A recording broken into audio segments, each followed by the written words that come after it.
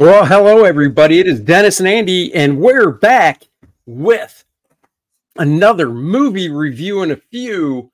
If you never watched one before, we review a movie in the first few minutes, give you our overall thoughts, no spoilers. We rate it for you, and then we pause and we do a spoiler-filled review. So if you want to just hear it with no spoilers, give us about 5-6 minutes of your time. About 20 if you want to hear the spoilers. We'll let you know. Don't worry. This week's movie is, I got to look at the title again. I'm so dumb. A Haunting in Venice. Everybody knows my memory. I keep wanting to say The Haunting, but it's A Haunting. A Haunting in Venice, which, you know, this is the third of the Agatha Christie's that novels that were adapted. But this one was not a direct adaptation. This was actually based off of Halloween Party, the 1969 novel from Agatha Christie. So they made some adaptations, changed some stuff around, and they moved the location to Venice. And Kenneth Branagh plays Hercule Poirot. And I always hate pronouncing that. I was going to say, there's no way I'm even trying. I'm just going to say Kenneth Branagh. Yeah, that was actually pretty awesome. He was really good in the first two, and you know this one wasn't going to be a straight whodunit because they introduced something that they didn't in the original book, a little bit of a supernatural, but he reprises his role. And of course, a murder has to happen, and he winds up doing that. And this one takes place, like I said, instead of in London, this one takes place in Venice. And I will tell you right now, it's beautiful. It's stunning. Once again, all these movies, their locations are just fantastic. Yeah, Kenneth Branagh also directed this. Tina Fey is the big co-star in it, which is a weird because she's not known for stuff like this. Like Dennis said, the basic story is Tina Fey comes a knocking. She's an author, and she pulls Kenneth Branagh's character into this mystery where there's a seance at this woman's house who the woman's daughter, adult daughter, I should say, not a kid or anything, died mysteriously the previous year. So they bring over this medium to conduct a seance, and Tina Fey's character is basically like, I want you to check this out and see if you believe or not, I guess is the best way to say it. It's a tight movie in regards to it's only an hour and 43 minutes long. You tack in the trailers, you're in and out in 2 hours. You know, nobody really stuck out to me in the supporting cast. The actress, and Dennis can tell you the actors' names. The actress that played the mom, I recognized her. I recognized her, and I recognized the actress that played the medium that was doing the seance. Other than that, the other ones didn't really stick out to me. Yeah, so the characters in this, Michelle Yeoh is, if you guys have watched me at all, you know she's all the way back from Crouching Tiger, Hidden Dragon. She's one of my favorite actresses. Jamie Dornan winds up playing Dr. Ferrier, and he was fantastic, the doctor. I really liked his character. You alluded, Tina Fey. She usually plays something with comedic chops. There was no comedy in this character. I thought she did a good job for what she did. There were a few things she did that kind of pulled me out, but if there was a weak link, I would say it was Tina Fey's character. Yeah, I agree. Everybody else in there, Ricardo Scamarcio, he's the one who plays Vitali's like his bodyguard.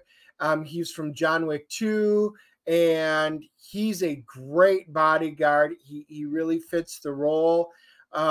You know, the mother, she was fantastic. You know, you get a little bit of the daughter. They've got the supporting. Who's the actress that played the mother? Let's see, Camille Cotton. She's the one that played Olga. And Well, that is so weird. Kelly Riley is the one. That's it. I knew I recognized her. Yeah, and they all I thought were quite good in this movie. Pride and Prejudice. She was in Sherlock and stuff like that. Yeah, I'll say Tina Fey. I'm with you, and we'll get into more about this in the spoiler side of things. I say she was the weakest link. You are the weakest link. Other than that, I did think the rest of the cast held up. Was it super suspenseful, this movie? I don't think so. Could you, it's a whodunit. Could you, if you follow along, they drop enough clues to lead you along. I figured out, once again, save more of this for the spoiler section. I figured out a few things before the end, but I did not figure it all out. Let's rate this puppy so we can move on to the spoiler side of things. Dennis, you're back from vacay, so I will let you go first. You go first. Right. I am giving this one an 8.0. I thought it was solid. I didn't think it was extraordinary. I'll get into a little more in the spoiler section about how I did really enjoy the supernatural touch with this. I thought it was a solid one. You're right. I picked up some of the pieces, but there were a few that I know I missed and that maybe I have to go back, or maybe the clues weren't there. But overall, it was an enjoyable movie. First act was great. The setup was. The middle act a little slow. Third act was really good. And overall, I would recommend it. If you enjoyed the first two movies, I think you will enjoy the third installment. So I am giving it a 7.5. I think out of the three movies, go back to use a phrase I just used, this one is the weakest link. I did enjoy it, and I totally agree with Dennis. I was going to say overall it felt a little sluggish, but it was really that middle section that was. So yeah, I'm giving it I can't say it was too long. I mean, the runtime was, although short, was pretty perfect. I'm glad they didn't make it longer. Yeah. So I'm giving it a 7.5. Those are our reviews. We always end with IMDb, Rotten Tomatoes. So let's see what they say. Is a 6.8, and they're always a little bit lower. And 77% on the audience and critics. So holy look at that. Everybody agrees. Solid movie, it looks like, across the board. It's worth a watch. And yeah, you don't even need to have a bunch of beer to enjoy this one. There you go, guys. That's it. Now, moving on to the spoiler-filled review. If you don't want spoilers, leave now. Thank you for joining us. Like, subscribe, and share. 3, 2, 1. Spoiler time. So Tina Fey, I do want to touch on her. She is known for comedic stuff, of course, and there's no comedy in this, but some of her dialogue and just her acting throughout, I thought her acting throughout, and I like Tina Fey, but I thought it was kind of one note on how she delivered everything. It was the same way. It was, there was sarcasm in her lines, but there just wasn't really variation to her acting in this, I thought. What do you think? No, I'm kind of there with you. Like I said, I also like her. And, I was very interested to see what kind of a character she would play. And, the sarcastic American that's a little pushy. And, like I said, it was okay. I was a little disappointed in it, but it wasn't terrible, nor did it knock me out of the movie. It just gave me a bit of pause. Let's put it that way. I guess I'm kind of wondering, out of all the female actresses out there, what about Tina Fey did they say this is the part she has to play? And once again, I'm not downplaying her in any way. I just didn't see this. Like, you see actors in roles and you think to yourself that, oh my God, that's perfect. That's great.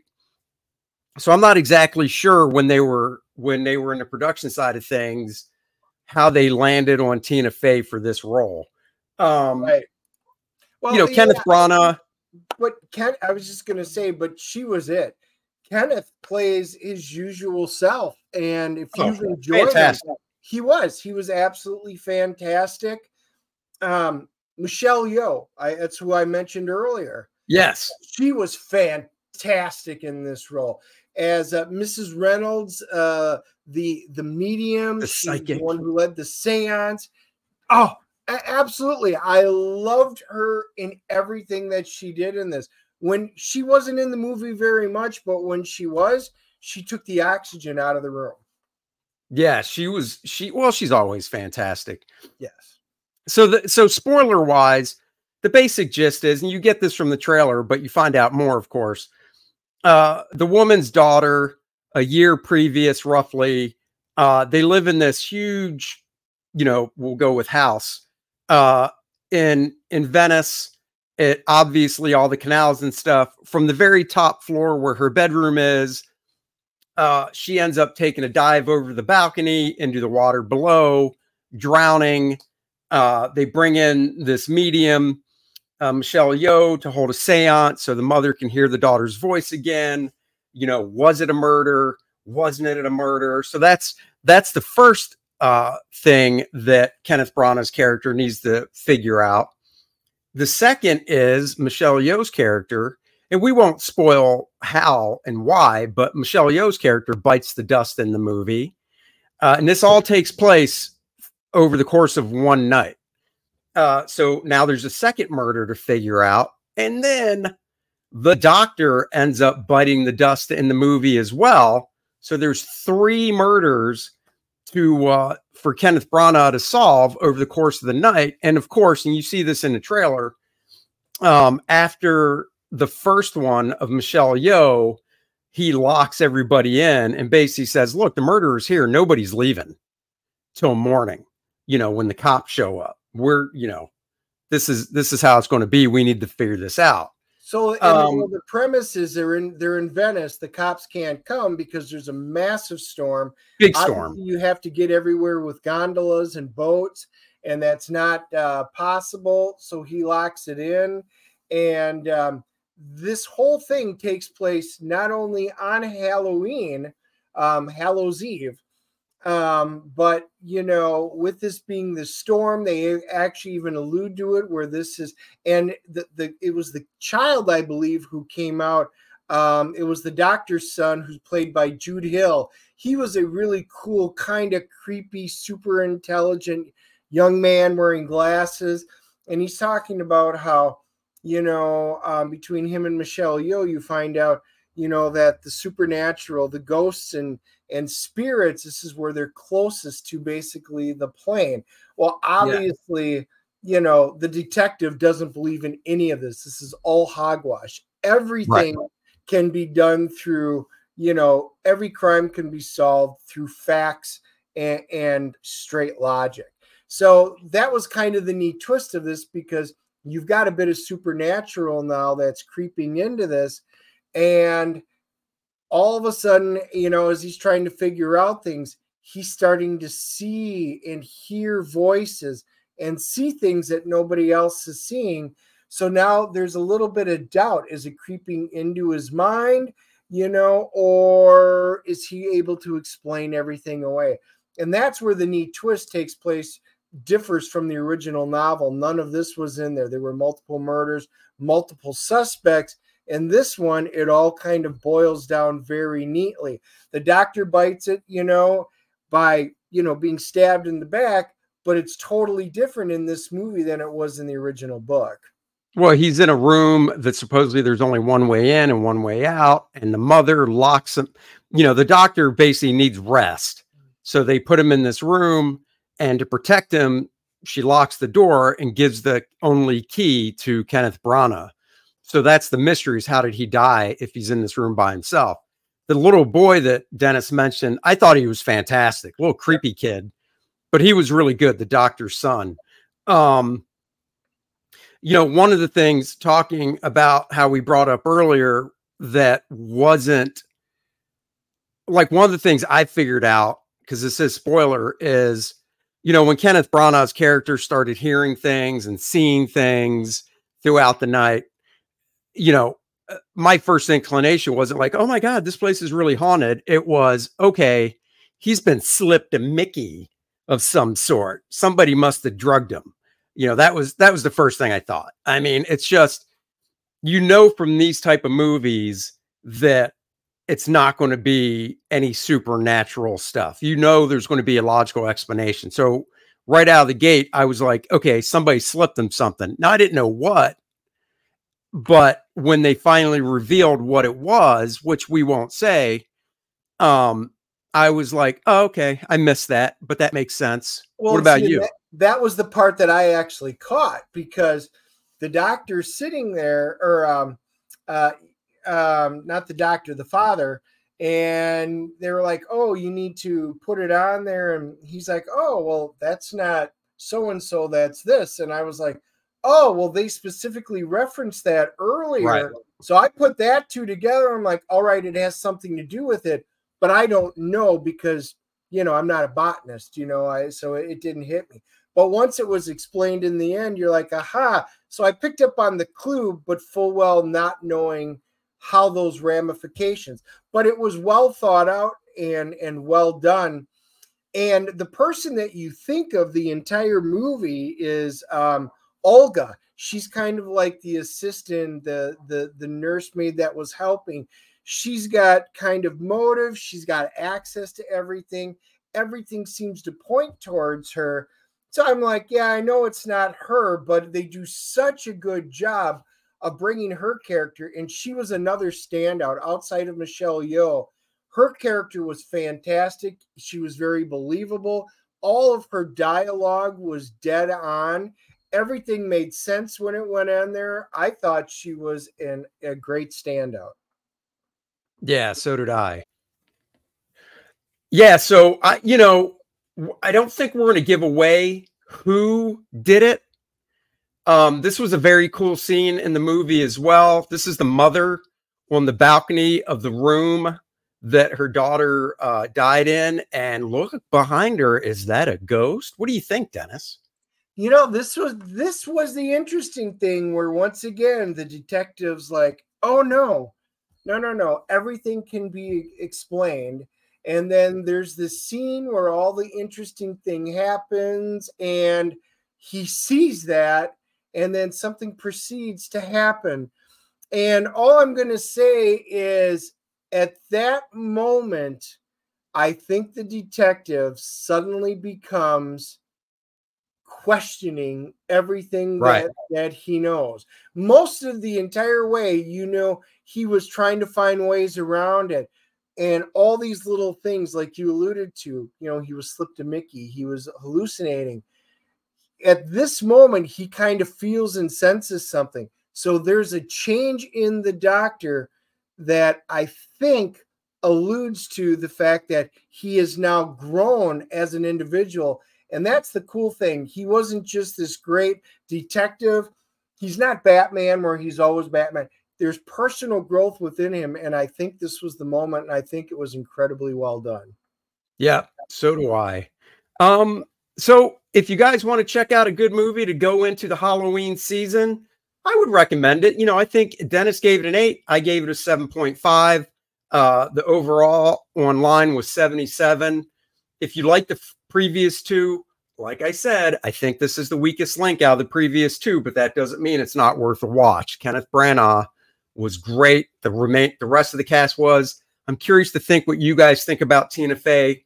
I thought she was the weakest link. Not awful, just the weakest link. So let us know what you think. And this is not the weakest link. This is Coredraat the Reckoning. I've been wearing the beanie they're in. Once t-shirts come in, we can start shipping these babies out. It shows $86,828. Guys, we ran a Kickstarter in the spring.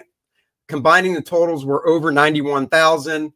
Remember, the next stretch goal at 100,000, and this will be the last stretch goal, will be the addition of the Bud Root 4-page story. This is a 2-page spread that Dan Lawless, the guy that colored Bud's cover, is coloring the 4-page story. And Dan, isn't even done with this. This is work in progress. He is hitting a home run on this stuff. Him and Bud make a fantastic team. We really want to get this 4-page story to you, a nice 80-page book. We put the black and white Bud Root cover back up, scanned right from his original art. So it's like looking at and holding the original. Of course, there's the full color variant cover, which you can get anytime. This is limited. It won't be up for long. So check it out. Keep sharing. Sharing is caring. The link is in the description below. Go check it out. Check out all the goodies you can get. The 20 page game module is going through the proofreading process right now, so we can get that to the printer. The character card mini prints that are playable characters are shooting off to the printer probably today. This is what one of them looks like, 7x10, featuring one is Adriana, one is Kor-Drath, one is Lilneth. This is the Necronite. You can play these characters in Coredraat The Reckoning, the role-playing game, or any other of your favorite RPG games as well. Just convert the stats. So with your help, we can get to that 100,000 to get you that 4-page story. Once Bud draws the 4th page, which he's working on now, so once he completes it, I will put up a tier where you can buy all 4 pages of the story. So check it out. We love you guys for your support. We're so close to the finish line on this, getting it to the printer so we can get it shipping in November, like we said. Other than that, thank you for joining us on this movie review. We'll be back with another one. Got to figure out what we're seeing. And next Wednesday, 3 p.m. on the Dennis and Andy Show, Gary Martin is joining us to talk about his book, his art book, and comics from the 60s. We already did the 2000s, 90s, 80s, and 70s. Go check out our previous videos. Next week, we're talking the 60s. Gary was alive and reading comics then. Dennis and I were born in 69, but we buy back issues, so we have knowledge. All right, guys, until next time, bye-bye, everybody. Live long and fast.